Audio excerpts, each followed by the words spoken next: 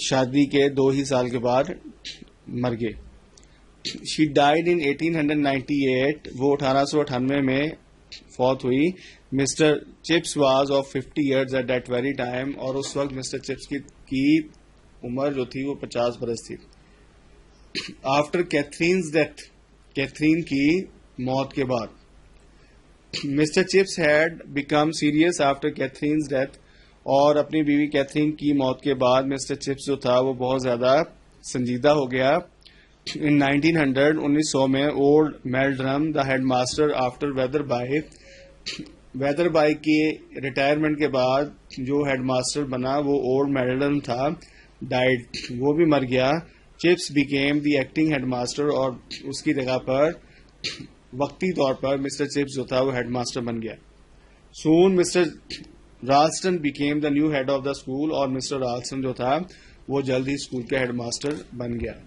Chips was an old fashioned person. Chips جو تھا وہ ایک پرانے فیشن کا, ایک پرانی روایت کا شخص تھا, پرانی سوچ کا شخص تھا. While Ralston had modern ideas on life. جبکہ رالسن جو تھا اس کے زندگی کے بارے میں نئے خیالات تھے کیونکہ وہ خود نوجوان تھا. Mister Ralston objected to mister Chips method of teaching. Mister Ralston نے مسٹر چپس کے جو پڑھانے کے طریقے تھے ان کے اوپر اعتراض کیا. اینڈ ڈریس, اور اس کے گاؤن کے اوپر, اس کے ڈریس کے اوپر. He asked him to resign from his job. اور اس نے اسے کہا کہ وہ اپنی جاب سے ریزائن کر دے. Mr Chips refused to do so. لیکن مسٹر چپس نے ایسا کرنے سے انکار کر دیا. دا گورنر سپورٹڈ مسٹر چپس. اور جو وہاں کی سلیکشن ٹیم تھی اور جو اس بروک فیلڈ کو ہیڈ کر رہی تھی, گورننگ باڈی, انہوں نے مسٹر چپس کو مکمل طور پر سپورٹ کیا, اس کی حمایت کی. Because he was a representative of the old traditions of school. کیونکہ وہ اسکول کی پرانی روایات کا نمائندہ تھا. ان 1911 میں young Chatteris became the head master of Brookfield. نوجوان شخص چیٹریس جو تھا وہ بروک فیلڈ کا ہیڈ ماسٹر بن گیا. Chips fell seriously ill in 1913. Mr Chips جو تھا وہ بہت زیادہ بیمار ہو گیا 1913 میں. He had to resign. اور اس کو استعفیٰ دینا پڑا. He was of 65 years. تو اس وقت اس کی عمر 65 برس تھی. اور 65 برس کے بعد اس نے مسز وکٹ جو تھی اس کی ایک کولیگ, اس کے گھر پر گھر کرائے پر لے کر رہنا شروع کر دیا. Living at Mrs Wickett, Chips rented some rooms in missus Wickett's house. Mister Chips نے مسز وکٹ کے گھر میں کچھ کمرے کرائے پر لے لیے. Across the road from the school, جو کہ اسکول کے سامنے سڑک کو عبور کر کے تھا. He went to Germany for medical treatment. اور جب وہ بیمار ہو گیا تو وہ اپنے طبی معائنے کے لیے, علاج کے لیے جرمنی چلا گیا. He was healthy. وہ صحت مند ہو گیا. When he came after a month. جب وہ 1 مہینے کے بعد آیا. He became the president of the old students. اور وہ پرانے جو بروک فیلڈ کے طلباء تھے ان کا وہ پریزیڈنٹ بن گیا. اگین ایٹ بروک فیلڈ, دوبارہ بروک فیلڈ میں ان 1916 میں during the first world war, پہلی جنگ عظیم کے دوران, Chatteris came to mister Chips. Chatteris Mr Chips کے پاس آیا. He requested him to start teaching at Brookfield. اور اس نے اس سے دوبارہ سے یہ درخواست کی کہ وہ بروک فیلڈ میں پڑھانا شروع کر دے. Mr Chips accepted the request. Mr Chips نے اس درخواست کو قبول کر لیا. He started teaching Latin and history. اور اس نے لاطینی اور تاریخ پڑھانا شروع کر دی. آن دا ڈیتھ آف چیٹریز. اور چیٹریز کی وفات کے پر he became the acting head master of Brookfield. وہ بروک فیلڈ کا قائم مقام ہیڈ ماسٹر بن گیا. ان 1918 میں mister Chips again left Brookfield. Mister Chips دوبارہ سے بروک فیلڈ کو چھوڑ گئے, رخصت ہو گئے وہاں سے. From his second retirement until his death. یعنی جب وہ دوبارہ سے ریٹائرمنٹ حاصل کی تو موت تک کا سفر. Mister Chips passed most of his time at Mrs Wickett house. Mister Wickett کے گھر پر مسٹر چپس نے زیادہ طور پر اپنا وقت گزارا. He listened. انہوں نے سنا school bell from his window. وہ اسکول کی بیل گھنٹی کو بڑے شوق سے ونڈو میں سے سنا کرتے تھے. He remembered his old students, اس کو اپنے پرانے طلباء یاد آتے. And a time he passed at Brookfield, اور وہ وقت یاد آتا ہے جب اس نے بروک فیلڈ میں جو گزارا تھا. He felt very happy to talk to the students, اور ان کو بہت اچھا لگتا تھا, خوش ہوتے تھے طلباء سے بات کر کے. And to entertain them at his place, اور ان کو اپنے گھر پر مدعو کر کے. آن اے نومبر آفٹر نون, 1 نومبر کی دوپہر میں 1933 میں, chips was sitting in a chair, chips اپنی ایک کرسی پر بیٹھے ہوئے تھے. ہی واز ایل, وہ شدید علیل ہو گئے. A small boy came to meet him, ایک چھوٹا سا بچہ ان کو ملنے کے لیے آیا. While returning, جبکہ وہ واپس آ رہا تھا, the boy said, تو وہ بچہ بولا, گڈ بائی مسٹر چپس, خدا حافظ mister Chips. Mister Chips remembered his wife, اور مسٹر چپس کو اسی لمحے اپنی بیوی یاد آ گئی. Who had spoken these words to him before his marriage, جیسے ہی اس کی شادی ہوئی تھی تو اس نے یہی الفاظ مسٹر چپس سے کہے تھے. All of a sudden, اچانک he became unconscious, وہ بے ہوش ہو گیا.